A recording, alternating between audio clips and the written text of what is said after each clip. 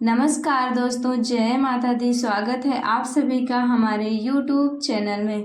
दोस्तों फिर से हम हाजिर हैं आपके साथ नई वीडियो शेयर करने के लिए, ताकि आपको जानकारी अच्छी से मिलती रहे। तो भक्तों, आप लोगों को पता है कि नवरात्रि शुरू हो गई है और हम लोग माता की पूजा धूमधाम से कर रहे हैं और जगह जगह पर दुर्गा पूजा का आयोजन भी हुआ है। तो आप लोगों को पता है कि शारदीय नवरात्रि शुरू हो गई है। आइए इस वीडियो में हम जानेंगे कि नवरात्र में 9 रूपों में नौ दुर्गा को 9 तरह के भोग अलग अलग तरीके से भोग कैसे लगता है। तो आज की वीडियो में हम यही जानेंगे। हमारी जानकारी अगर आप लोगों को पसंद आए तो सब्सक्राइब कर लीजिए हमारे चैनल को और लाइक कर दीजिए, क्योंकि एक लाइक से आप लोग जब लाइक करते हैं तो एक लाइक से ही हमारी प्रेरणा बहुत ही बढ़ती है। तो बिना देरी किए शुरू करते हैं आज की भक्तों, जैसा कि आप लोग जानते हैं कि नवरात्रि शुरू हो गई है। इसमें शक्ति के 9 अलग अलग रूपों की 9 दिनों तक पूजा की जाती है। ऐसी मान्यता है कि देवी के हर रूप को उनका प्रिय भोग लगाने से सारी मनोकामनाएं पूरी होती हैं और देवी का आशीर्वाद मिलता है। जानिए नवरात्रि के 9 दिनों के लिए 9 प्रकार के भोग। नवरात्र का त्यौहार शक्ति के 9 रूपों को समर्पित है। इस माह में इस नवरात्र को शारदीय नवरात्र कहा जाता है। ऐसा माना जाता है कि इन 9 दिनों में देवी ने अलग अलग रूप धारण करके असुरों का संहार किया था और संसार की रक्षा की थी। इसलिए इस दिन माँ के 9 रूपों की अलग अलग पूजा की जाती है। घर के मंदिर में मूर्ति स्थापना की जाती है, कलश बिठाते हैं, जौ उगाते हैं और सच्ची श्रद्धा से उनकी पूजा अर्चना करते हैं। इन 9 दिनों में देवी के अलग अलग रूपों को अलग प्रकार से भोग लगाए जाते हैं। देवी इससे प्रसन्न होती हैं और भक्तों को आशीर्वाद देती हैं। इसलिए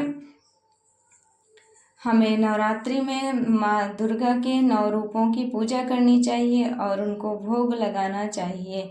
इस नवरात्र के 9 दिनों में आपको किस दिन कौन सा भोग लगाना चाहिए, इसकी लिस्ट हम आपको बताने वाले हैं। इसे नोट करके रख लें ताकि देवी को हर दिन उनके पसंदीदा भोग लगा सकें। तो पहला दिन है माँ शैलपुत्री का। नवरात्र का पहला दिन माँ के शैलपुत्री रूप को समर्पित है। पर्वतराज हिमालय के घर में जन्म लेने के कारण माँ के इस स्वरूप को शैलपुत्री कहा जाता है। इस रूप में माँ के एक हाथ में त्रिशूल है और दूसरे हाथ में माँ ने कमल धारण किया है। ये बैल की सवारी करती हैं। माँ के इस रूप को भोग में गाय के दूध से बने शुद्ध घी से बनी मिठाइयों का भोग अति प्रिय है। ऐसा माना जाता है कि देवी को ये भोग लगाने से व्यक्ति हमेशा स्वच्छ और सुरक्षित रहता है। तो आइए जान लेते हैं अब दूसरे दिन कौन सी माता का पूजा होता है। तो दूसरे दिन ब्रह्मचारिणी माता का पूजा होता है। नवरात्र का दूसरा दिन माँ ब्रह्मचारिणी को समर्पित है। देवी का ये रूप सफ़ेद कपड़े पहने, एक हाथ में रुद्राक्ष की माला लिए और दूसरे में कमंडल धारण किए हैं। देवी के इन स्वरूप को शक्कर और पंचामृत का भोग लगाया जाता है। मान्यता है कि देवी को ये भोग लगाने से आयु लंबी होती है। तो आइए अब जान लेते हैं तीसरे दिन कौन सी माता का पूजा करना चाहिए और क्या कौन सा भोग लगाना चाहिए। तो तीसरा दिन है माता चंद्रघंटा का। नवरात्र का तीसरा दिन माँ चंद्रघंटा को समर्पित है। देवी के इस स्वरूप के 10 हाथ हैं, जिनमें उन्होंने अलग अलग अस्त्र शस्त्र धारण किए हैं और माँ शेर पर सवारी करती हैं। देवी के शीश पर आधा चंद्र है, जिनके कारण इस रूप को चंद्रघंटा कहा जाता है। देवी के इस स्वरूप को खीर या दूध से बनी मिठाई का भोग लगाना चाहिए।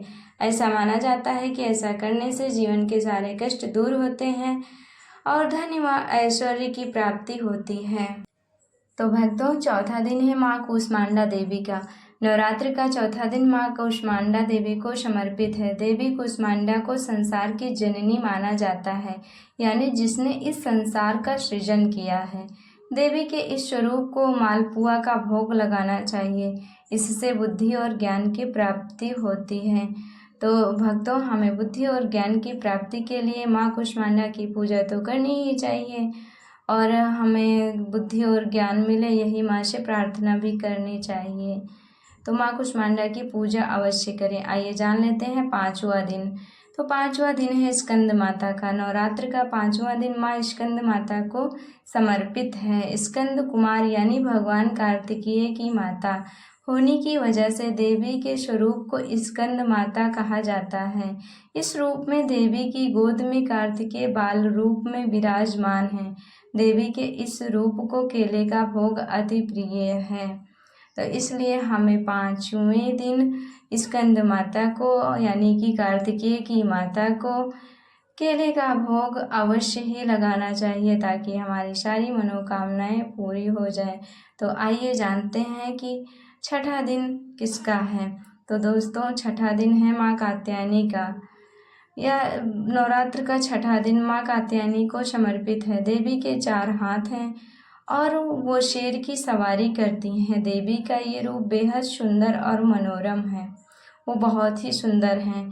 माँ के इस स्वरूप को शहद और मीठे पान का भोग लगाना चाहिए।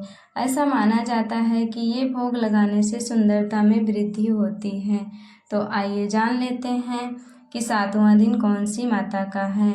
तो भक्तों, 7वां दिन कालरात्रि माता का है। आइए जानते हैं कालरात्रि माता के बारे में। नवरात्र का 7वां दिन माँ कालरात्रि को समर्पित है। देवी ने इसी स्वरूप में राक्षस शुंभ और निशुंभ का वध किया था। देवी के इस स्वरूप को गुड़ या गुड़ से बनी मिठाइयों का भोग लगाना चाहिए, यानी कि मीठा भोग लगाना चाहिए। ऐसा माना जाता है कि ऐसा करने से जीवन की सारी परेशानियां दूर हो जाती हैं और जीवन में सब कुछ शुभ होता है। तो भक्तों, अपने जीवन में सब कुछ शुभ करने के लिए, सारी परेशानियों को दूर करने के लिए माँ कालरात्रि को गुड़ का भोग लगाना चाहिए, फिर गुड़ से बनी मिठाइयों का भोग जरूर लगाना चाहिए। इससे माँ अति प्रसन्न होती हैं और प्रसन्न होकर हम लोगों को आशीर्वाद देती हैं। आइए जानते हैं कि 8वां दिन कौन सी माता को समर्पित है। तो भक्तों, 8वां दिन माँ महागौरी को समर्पित है। नवरात्र का 8वां दिन माँ महागौरी को समर्पित है। माँ के इस स्वरूप का रंग बेहद सफ़ेद है, इसलिए गौर वर्ण का होने के कारण इन्हें महागौरी कहा जाता है। देवी के इस स्वरूप को नारियल या नारियल से बनी मिठाई का भोग लगाना चाहिए। तो फ्रेंड्स, जानते हैं 9वां और आखिरी दिन नवरात्रि का कौन सी माता का है। तो 8वां दिन तो पूरा हुआ। अब जानते हैं 9वें दिन के बारे में। 9वां दिन माँ सिद्धिदात्री को समर्पित है। इन्हें सभी प्रकार की रिद्धि सिद्धि देने वाली देवी कहा जाता है। देवी के इस स्वरूप को खीर, पूड़ी और हलवा का भोग लगाना चाहिए। 9वें दिन जिस दिन हम लोग कन्या पूजन करते हैं, उस दिन तो हलवा पूड़ी बनाते ही हैं, तो हलवा पूड़ी का भोग माँ को लगाना चाहिए। इससे माँ बहुत ही प्रसन्न होती है और प्रसन्न होकर अपने भक्तों को आशीर्वाद देती है। तो दोस्तों, ये वीडियो यहीं तक थी। मिलते हैं नेक्स्ट वीडियो में। तब तक के लिए हमारे साथ बोलिए जय माता। तो कमेंट बॉक्स में आप लोग जय माता दी जरूर लिखना, या फिर 9 देवियों के बारे में हमने बताया है, 9 देवियों में से किसी एक देवी का नाम जरूर लिखना कमेंट बॉक्स में। तो चलिए, अब मिलते हैं नेक्स्ट वीडियो में। तब तक के लिए स्वच्छ रहिए, सुरक्षित रहिए, मस्त रहिए। जय माता दी।